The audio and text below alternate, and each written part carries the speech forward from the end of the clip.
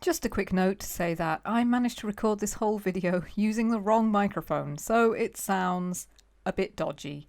Apologies about that, but hope you enjoy it anyway. In terms of the work I've been doing on the game, it's all fairly boring stuff. I've been doing a lot of programming. My aim at the moment is to create a version of the game that it's all placeholder graphics and it's all rough and ready, but you can play it through. And then I'm going to show it off to people and have a think about it and see if I like all the puzzles, and then I'm going to get to work making it look pretty.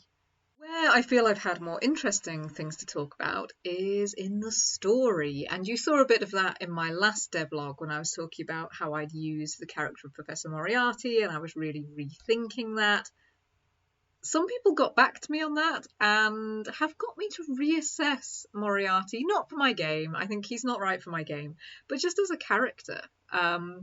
Somebody suggested to me this idea that the spooky thing about Moriarty, the sort of gothic thing about him, is that he's kind of like that, you know, the elephant's foot in Chernobyl. He's a ghost. He's the center of this organization, this global crime organization. If you see him, like if you get to the point where you actually have seen Moriarty, you're dead. You're definitely imminently going to die. That's quite spooky. So yeah, I've kind of reassessed my thoughts about him as a literary character. And I would like to see more adaptations explore that side of him, but not right for me. I was also talking in my last devlog about replacing him with Charles Augustus Milverton, another villain from the canon.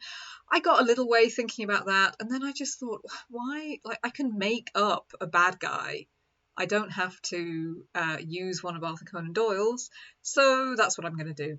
I think the most important writing decision I've made lately for the game was really thinking about the framing of it.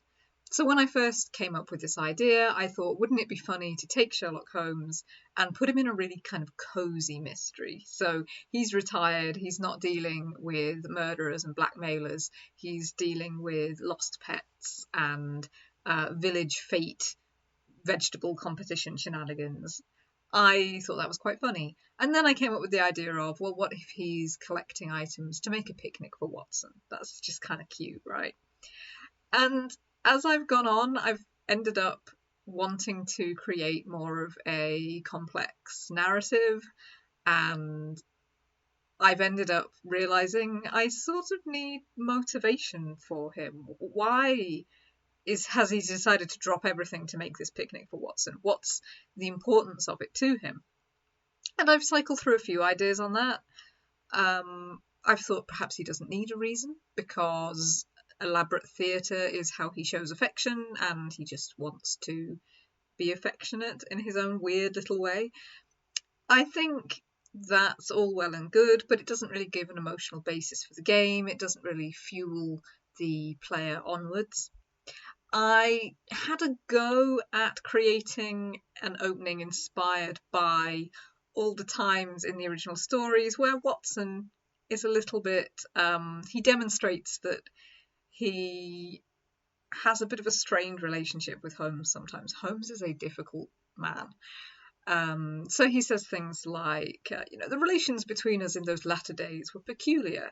You really kind of get this sense that there's some kind of rift there.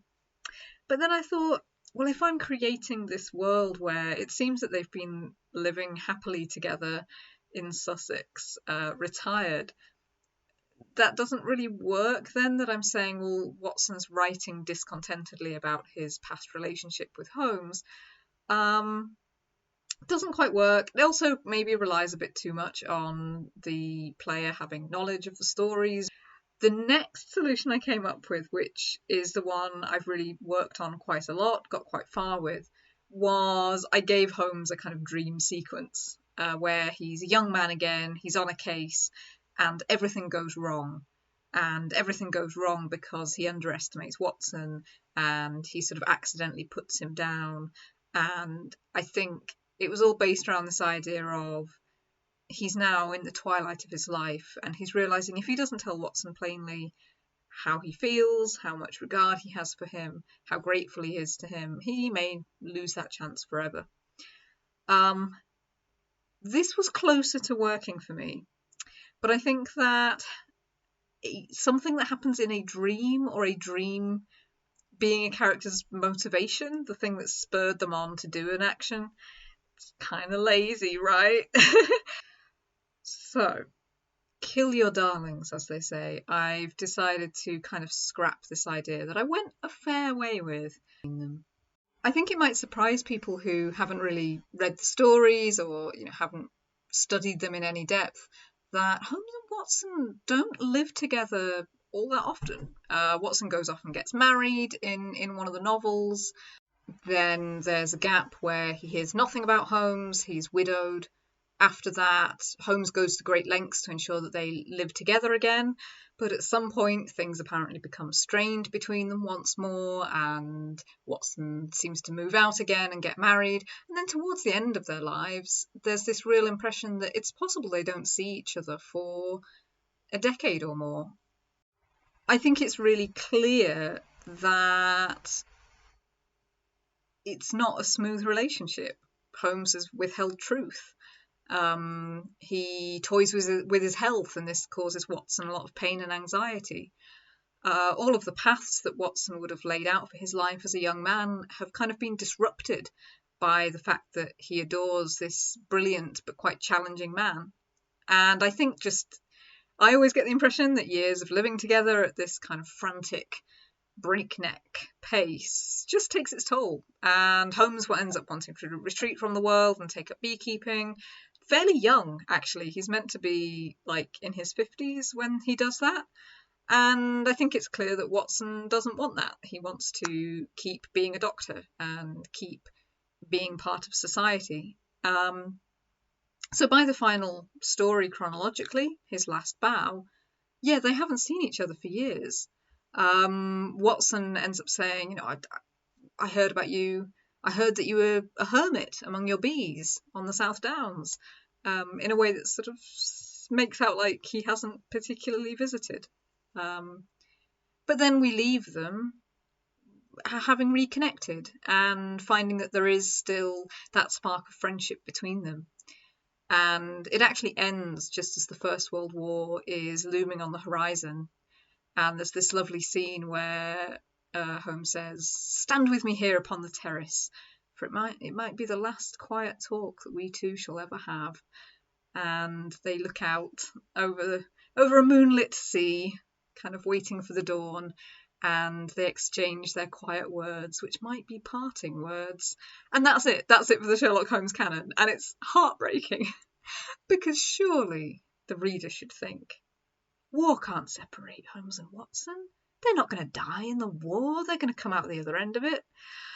And just thinking about that made me realise, well, is that where this story that I'm putting together fits in? The war's over. Watson's back. He's older now. They've reunited. Is this the moment where Holmes realises they need to be together now? They need to be together forever in the time that they've got left. But how does a man like Sherlock Holmes say to a man like Watson that he would rather like him to stay? Because he never does say that.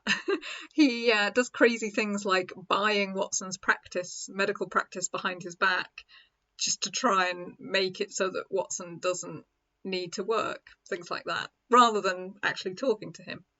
But I'm thinking, as an older man, as somebody who's got a bit of wisdom, he's going to try and talk. Except, first he's going to make sure he has the ideal environment to talk in. And the ideal environment to talk in is going to be an elaborate picnic. And if he has to solve a load of mysteries involving missing cats and village fates and strange goings-on the beach, he's going to do that. So that's where I am at the moment with the framing of the story. I'm kind of moving it earlier on in their relationship so that this game represents the moment when Holmes and Watson reunite once and for all. It is the coda on their relationship. Isn't that soppy? But there we go. That's my current thinking. So if that sounds of interest to you, you can wishlist the game on Steam, you can download the demo. Please subscribe to this channel and do that whole bell thingamabob. That would help. And I'll see you again in another couple of weeks, maybe a bit longer, and let you know how I'm getting on. Thanks for watching.